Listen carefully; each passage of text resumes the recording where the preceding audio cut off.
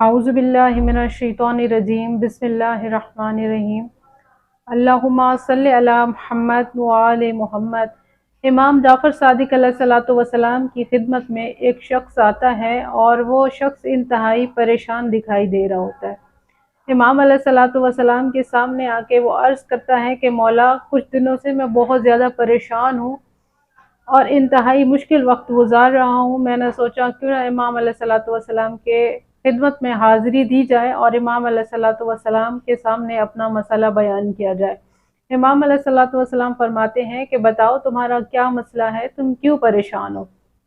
وہ شخص کہتا ہے کہ مولا، میں نے ایک خواب دیکھا ہے، اس خواب کی وجہ سے میں بہت زیادہ پریشان ہوں۔ مجھے لگ رہا ہے کہ اس کی تعبیر میرے لیے بھیانک ہوگی، شاید مجھے کوئی نقصان پہنچنے والا ہے۔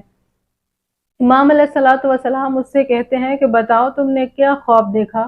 تو وہ شخص کہتا ہے کہ مولا، میں نے خواب دیکھا ہے کہ ایک لکڑی کا آدمی ہے اور وہ لکڑی کے گھوڑے پر سوار ہے اور اس کے پاس تلوار ہے، وہ تلوار فضا میں لہرا رہا ہے۔ مولا، وہ خواب میں نے جب سے دیکھا ہے میں پریشان رہنے لگا ہوں کہ آخر یہ کیا اس کی تعبیر ہے اور یہ میرے زندگی میں کیا نیا موڑ آئے گا۔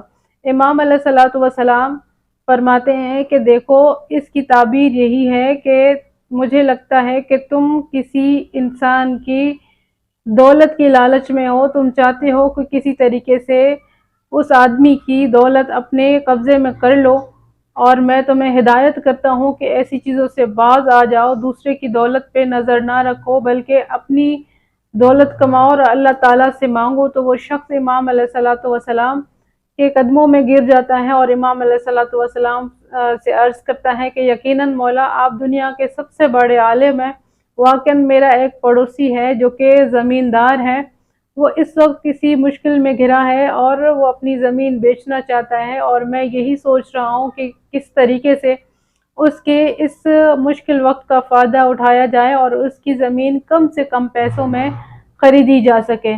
تو امام علیہ الصلوۃ والسلام اسے ہدایت کرتے ہیں کہ ایسے کام نہ کرو، کسی کی مجبوری کا فائدہ مت اٹھاؤ۔